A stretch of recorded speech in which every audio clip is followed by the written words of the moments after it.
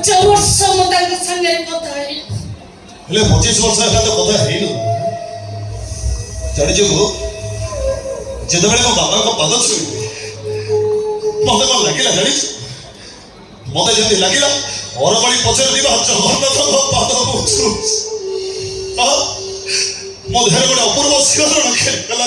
ଯାହା ହଉ ଏତେ ଦିନ ପରେ ମୋ ଦୁଃଖ ବାପା ତୁ ତୋ ବାପାଙ୍କୁ ପାଇଗଲୁ, ତୋ ବାପା ବି ତାଙ୍କ ପୁଅକୁ ପାଇଗଲେ। ତୋ ପାଇଁ ଆଣିଥିଲୁ? କଣ ଆଣିଛୁ ମୋ ପାଇଁ? ବାପା। ବାପାକୁ ଆଣିଛୁ? ହଁ। ତୋ ବାପା କୋଉଠି ଅଛନ୍ତି? ଆଇଲୋ ତୋ ପାଇଁ ମୁଁ ଏଇଟା ଆଣିଛି। ଆରେ ଏଟା ତ ସାର୍ଟ। ଏଇଟା ଖାଲି ସାଲୁ এইটা হচ্ছে বাপাଙ୍କ জীবন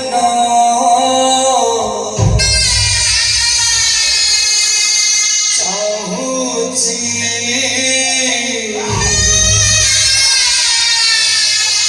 বঞ্চিবা পাই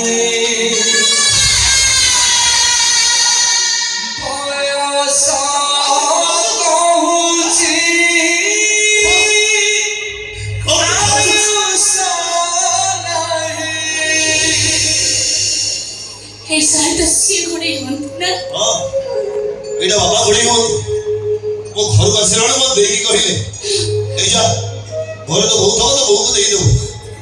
ଏ ବୋଉ ତତେ ଯାହା କହିଥିଲି ସବୁ ହଉଛି ନା ନାଇଁ? ତତେ ମୁଁ କଣ କହିଥିଲି?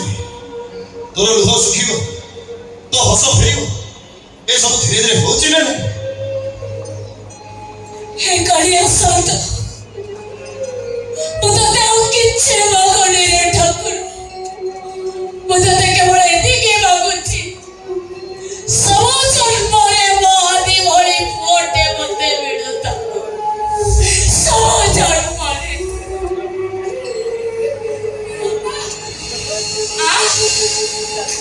ମୋ କୋଳକୁ ଟିକେ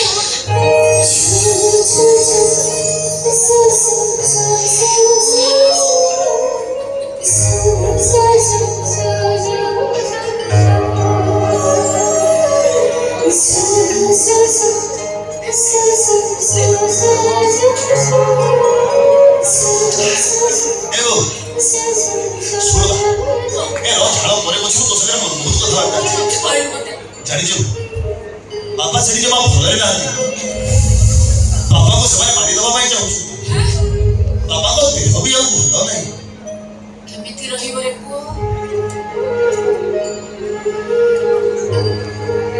କର୍ମ କରିଣ ଫଳ ପାଇ ପ୍ରଣୀତ ଅବଶ୍ୟ ଭଞ୍ଜଇ। ସେ ଯୋଉ କର୍ମ କରିଛନ୍ତି ତାର ପରିଣାମ ତ ତାଙ୍କୁ ଭୋଗିବାକୁ ହବ କି ନାହିଁ? ତୁ ଯେମିତି ଭାବୁଛୁ ମୁଁ ବି ସେମିତି ଭାବୁଥିଲି। ହେଲେ ସେ ବାପାକୁ ଦେଖିଲା ପରେ, ସେ ମ୍ୟାଡାମକୁ ଦେଖିଲା ପରେ ମତେ ଲାଗିଲା ଏସବୁ ପାଇଁ ସେ ମ୍ୟାଡାମ ନାହିଁ।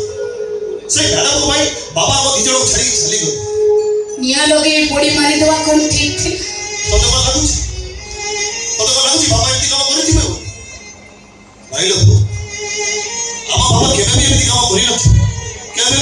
ବାପାକୁ ଦେଖୁ ଦେଖୁ ପଛ କଥା ସବୁ ଭୁଲିଗଲୁ? ହଁ ଭୁଲିବୁନି କେମିତି? ଜାଣିଛୁ ବୋଉ କେତେ ସୁନ୍ଦର ମଣିଷ ସିଏ। ଭିଲିଆ ଭଳି ସିନା ଦେଖାଯାଉଛନ୍ତି, ହେଲେ ଛାତି ଭିତରେ ସୁନ୍ଦର ମଣିଷଟିଏ ଲୁଚି ରହିଛି। ବାବାରେ ଏ ଦୁନିଆଟା ପୁରା ହଉଛି ସେଇଆ ଯେ ଉପରକୁ ଯେତେ ସୁଖୀ ଦେଖାଯାଉଛି